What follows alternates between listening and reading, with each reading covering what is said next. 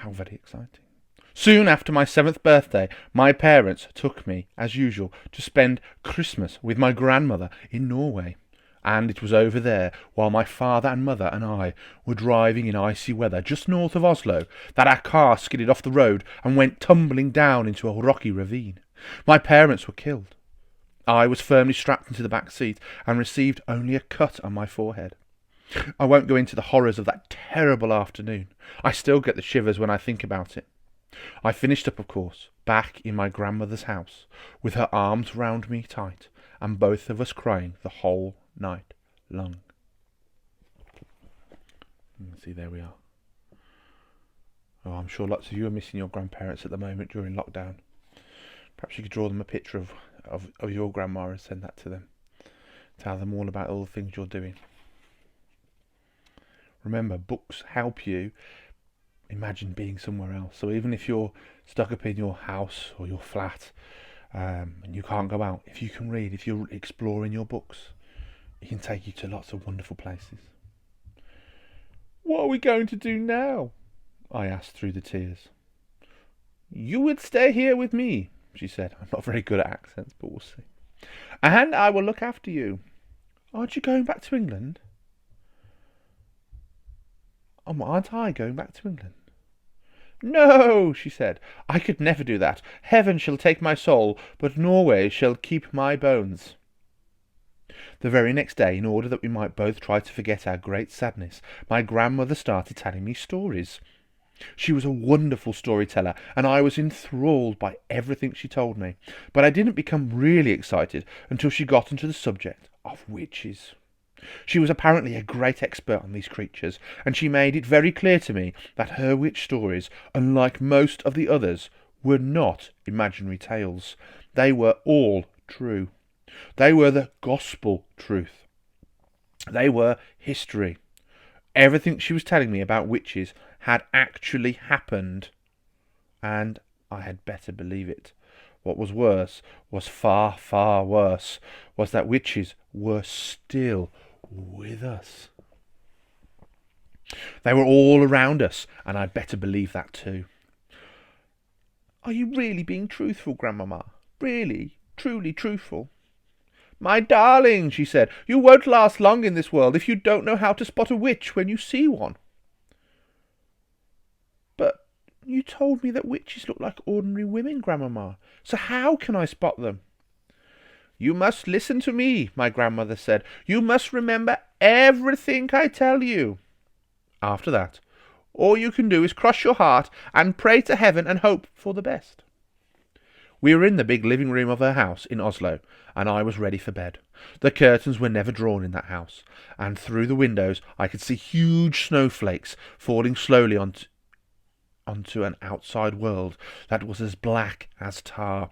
My grandmother was tremendously old and wrinkled, with a massive wide body which was smothered in grey lace.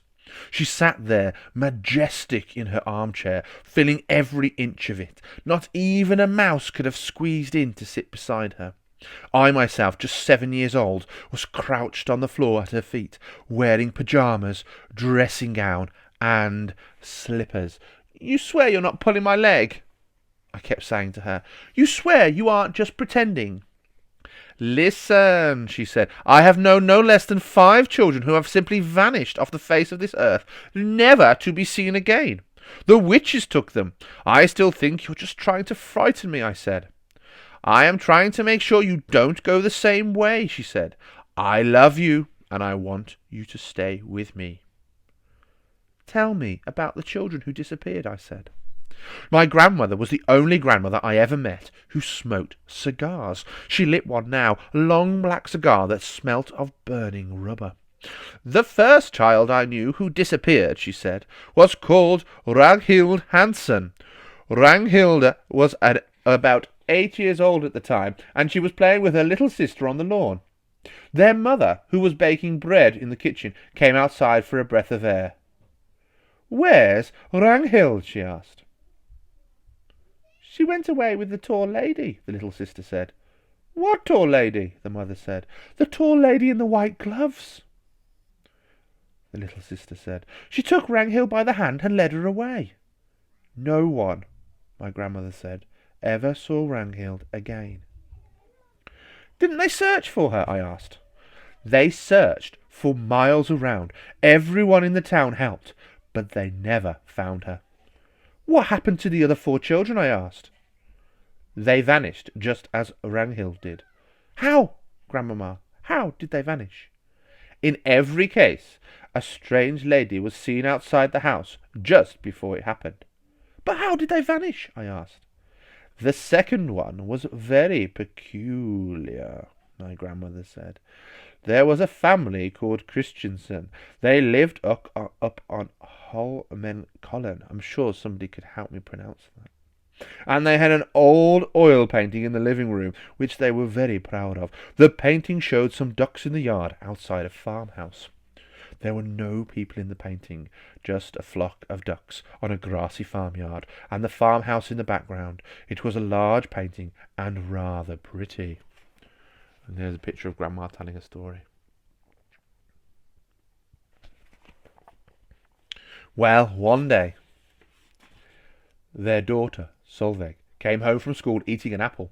She said a nice lady had given it to her on the street. The next morning, little Solveig was not in her bed. The parents next morning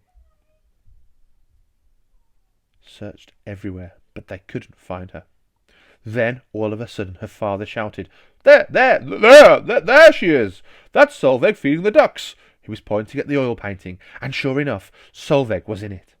She was standing in the farmyard in the act of throwing bread to the ducks out of a basket. The father rushed up to the painting and touched her, but that didn't help. She was simply a part of the painting, just a picture painted on canvas.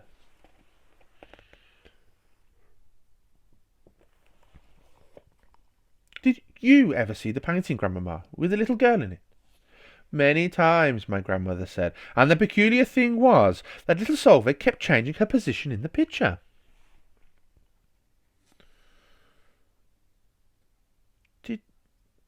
One day, she would actually be inside the farmhouse, and you could see her face looking out of the window. Another day, she would be far over to the left, with a duck in her arms. Did you see her moving in the picture, Grandmama? Nobody did. Wherever she was, whether